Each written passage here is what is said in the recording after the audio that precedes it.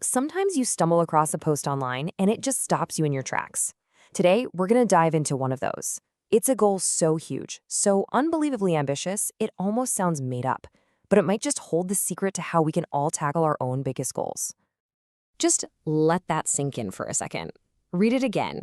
This isn't one goal. It's two completely massive life achievements that have been tangled together into one single powerful sentence. Let's really break down what's going on here. First up, you've got the physical side of things.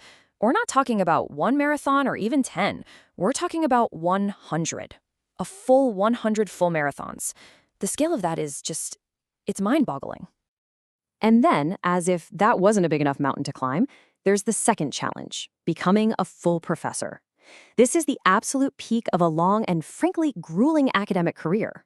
So you have these two epic quests happening at the same time.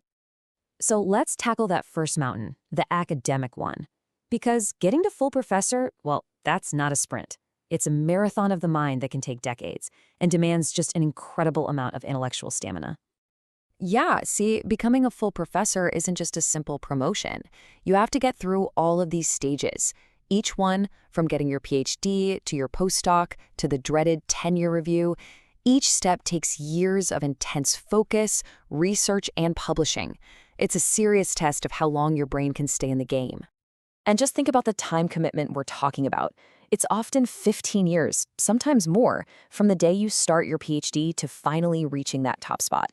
That's a decade and a half of nonstop mental heavy lifting. Okay, so while one part of this person is basically chained to a desk in a lab or a library, another part of them is out on the pavement, tackling a totally different beast.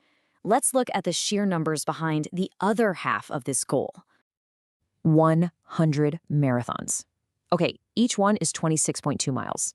That adds up to over 2,600 miles. And get this, that's only the official race miles.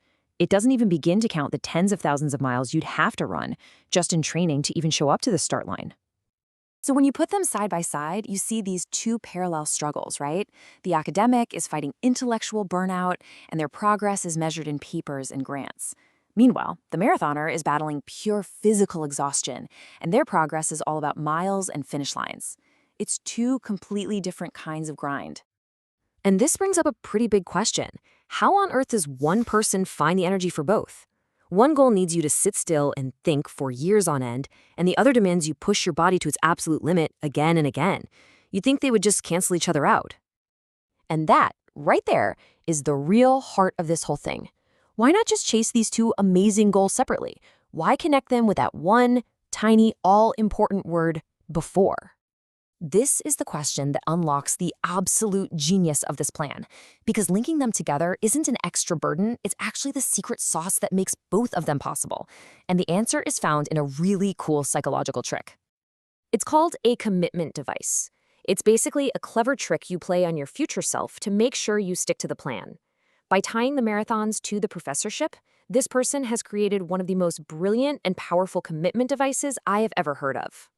And look at how they actually help each other. Had a stressful day writing a paper? Great. That stress becomes fuel for a long run.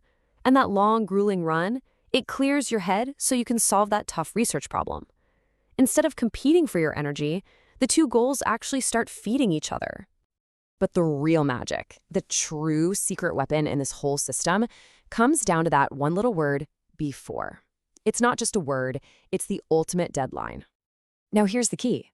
The exact timing of when someone becomes a full professor, that's mostly out of their hands. It's up to a university committee on their own schedule, so by tying the 100 marathons to that date, they've created an external, unmovable deadline. There's no room to procrastinate. The clock is ticking. And the effect of that is just massive. Look, our own internal drive is powerful, for sure, but study after study shows that when you add a hard, external deadline you can't control, whoa, your motivation just goes through the roof. This goal isn't just ambitious, it is brilliantly engineered for success. And that is the beautiful insight here. This isn't really about doing two hard things at once.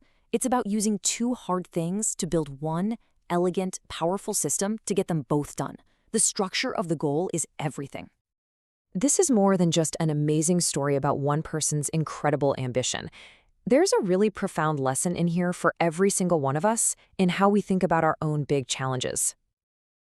Just wanting something really badly isn't always enough.